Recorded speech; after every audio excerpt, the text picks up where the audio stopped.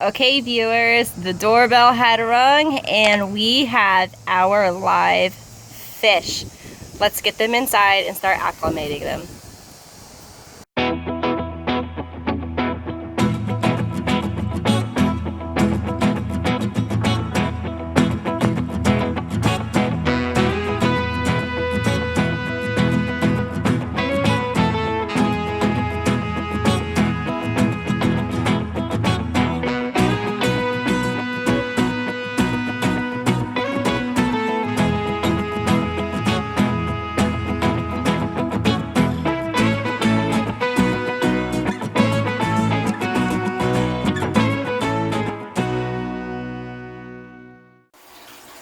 Okay, viewers, I'm going to go grab our fish and I'm going to bring them in here. This is a tote that I'm going to be putting all the fish in to acclimate them. And this right here is what we're going to use as our jip line to acclimate them. So you have some of the hose in here. You would tie a knot on the end of it so it has a slow drip into the tote so the fish can acclimate to the different temperature and the different condition of this water. So I'll be right back with the fish. Hang on.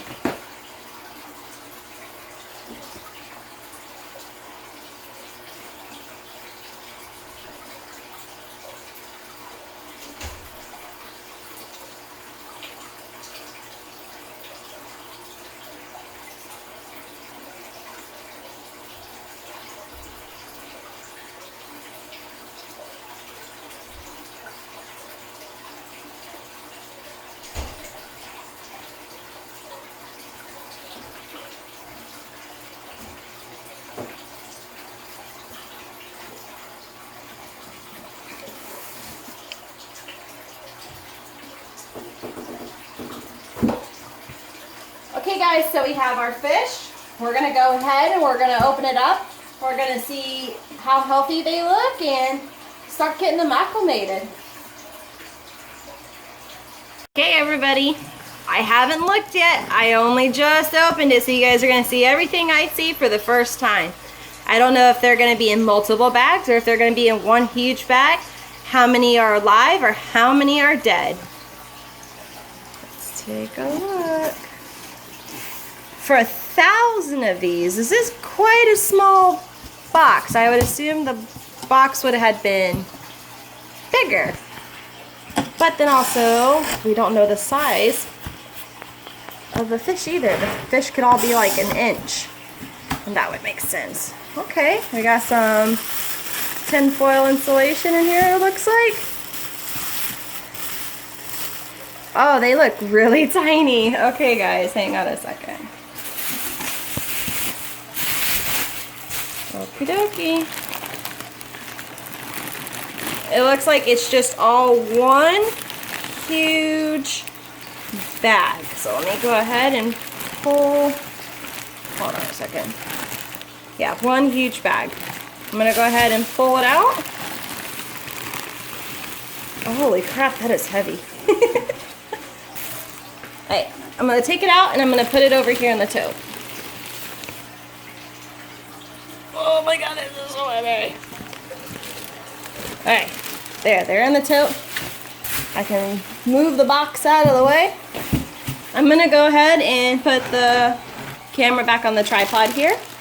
That way I can lift this up with two hands and take a better look at it. I'm going to bring it over here so you have a better look. Hey, so they double bagged it.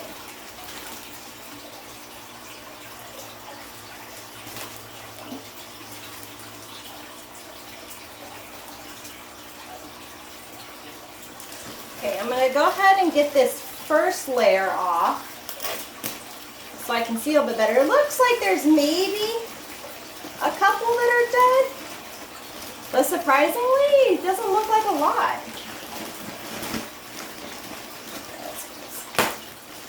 So in this, it came with instructions and a little bit of the company that we had ordered the fish from. It tells you how to acclimate and everything. So if you're doing a float or if you're doing what I'm going to do, which is the drip line, tells you how long you need to acclimate for and everything. So that's good to have.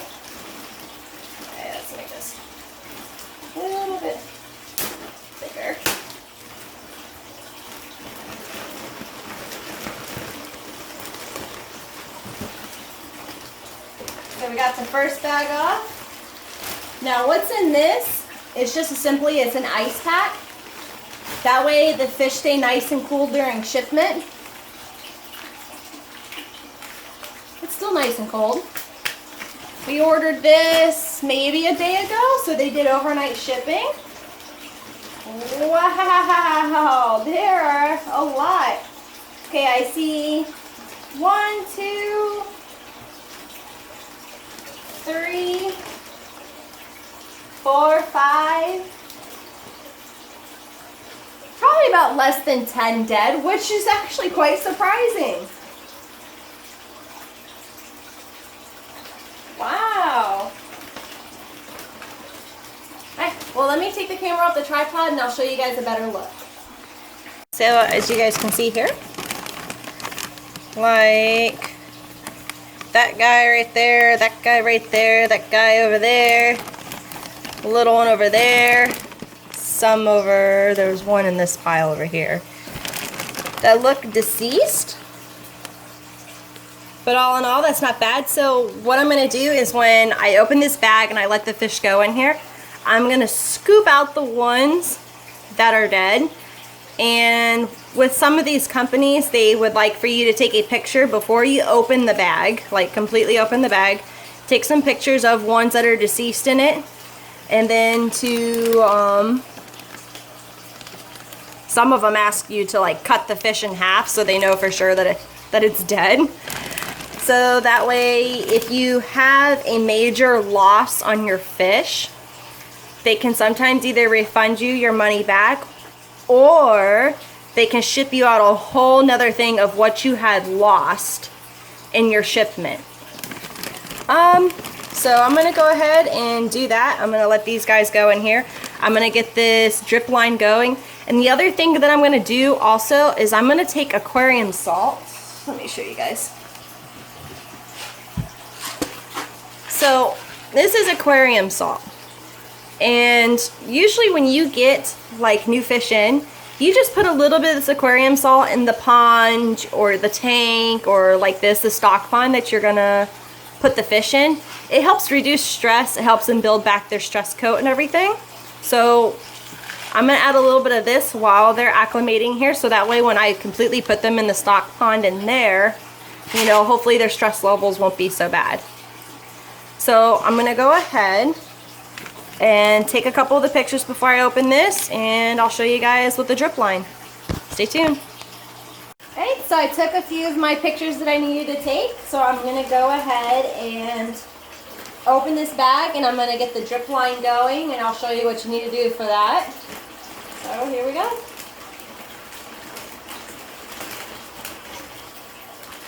Actually going to go for around the corner area so it's easier to pour out.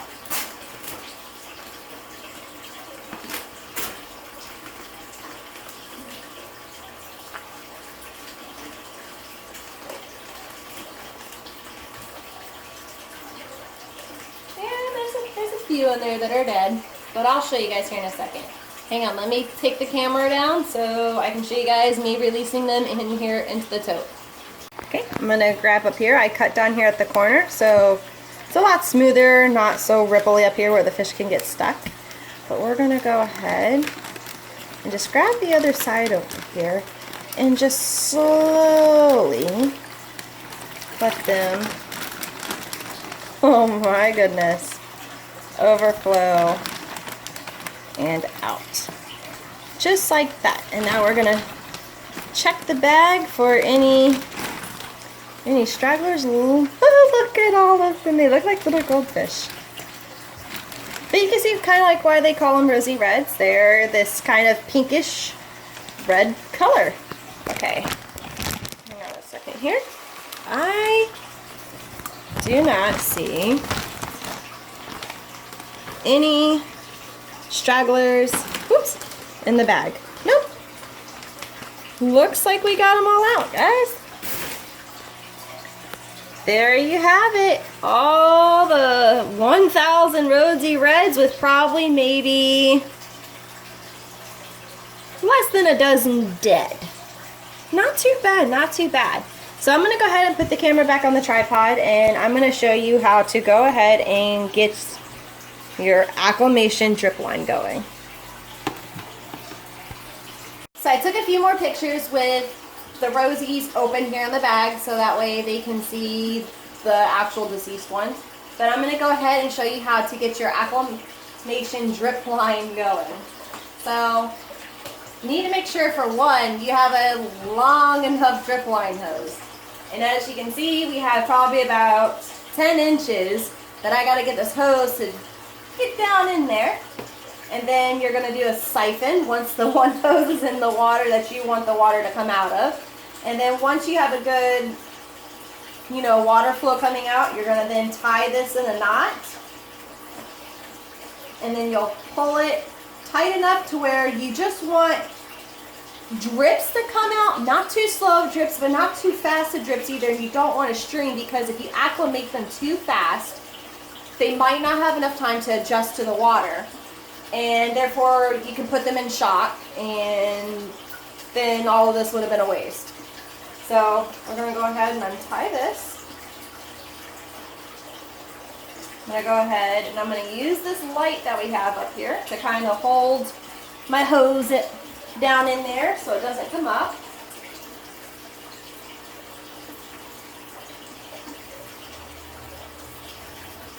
Alright, so I got my hose in there, and I'm going to do the fun part.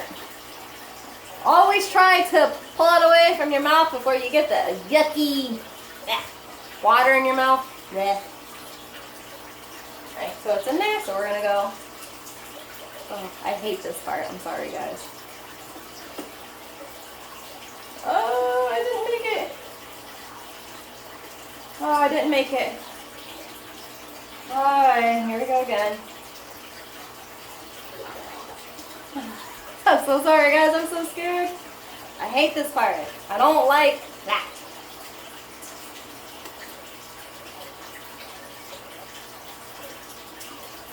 Oh, didn't make it again. Alright, last try. I did it! And then I picked it up and it stopped. Oh no, I continued. Here, take a look, guys. Oh no, I had it up too high. Okay, so the problem with this is because this is on the ground here. Because this is on the ground, you kind of need to have it at a certain height in order for water to flow out, kind of come through this hose. This right down here is not too much of a difference of that there, so therefore that's why it's struggling to have water come out of the hose.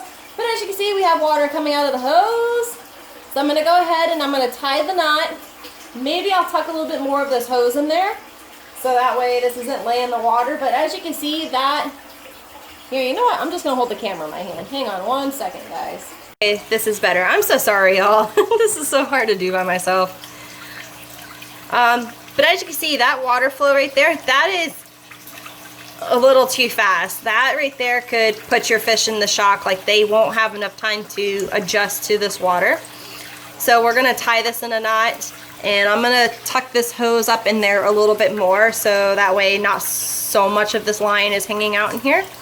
So let me go ahead and get this tied. Yeah, I'm going to have to put the camera down. Hang on one moment. Oh, it's focusing. Okay, guys, so you see how I have this drip going instead of it being a stream? That is what you want when you're acclimating your fish.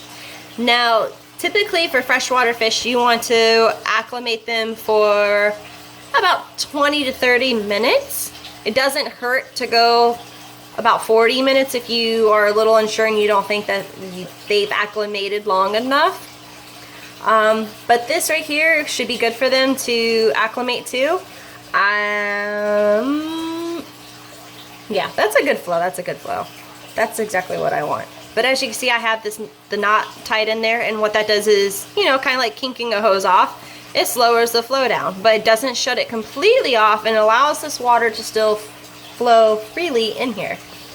So in the meantime, what I'm going to do is I'm going to go ahead and I'm going to collect all the dead rosies, and I'm going to lay them on a paper towel, and I'm going to take a picture of them, and I'll read their instructions to see what it is that they would prefer me to do with the ones that are deceased. If they want me to chop the tails off or cut them in half, you know, one of those things. But I'll see you guys probably in about 30 minutes. And we can go ahead and release them. And, oh, and like I said, in the meantime, I'm going to go ahead and I'm going to put the aquarium salt here in the stock pond. So that way when I fully release them into the stock pond and stuff, that aquarium salt will help reduce their stress. It'll rebuild their slime coat back on. And it'll also give them electrolytes, kind of like Pedialyte, to kind of like rehydrate them and stuff type of thing. But yeah, their water is fairly clean actually. Usually when you get fish, especially a lot like this, I would assume that they would have had a lot of dirt, like not so much dirt but filth, like waste inside the water, but it's fairly clean. So I'll see you guys here in about 30 minutes. What I had went and did, just because I'm watching the fish, even though they're acclimated and stuff, they still need oxygen to live. So I took our little bubbler right here and I put it here in the tote for them to have some oxygen, because what's giving me a really good sign that they're lacking on oxygen is, you see how they're all at the surface here? See how they're all trying to get air at the surface? So they're struggling a little bit with oxygen. So I'm putting this bubbler in here to kind of help them out with their oxygen until we can get them in the pond there. So now when they're in their shipment bags, they actually put pure oxygen into those shipment bags, so that way, you know, when the bag gets sloshed around and stuff like that, it creates oxygen for them. So as you can see, they're starting to kind of like hover around the bubbler. So this should help them out. Like, see, look at them all there at the surface. Now minnows, like I know mosquito minnows can live in stagnant water and they can take air in from the surface, kind of like what these guys are doing. So I wonder if they're this, like, you know, the same, since they are part of the minnow family. But I'm not going to go ahead and take that chance and let them suffer and risk losing them all. So as you can see, look at them all starting to hover around this bubbler. Let me see if I can get it out here in the open a little bit for them. But yeah, so having this bubbler is going to help them with oxygen while they acclimate into the water.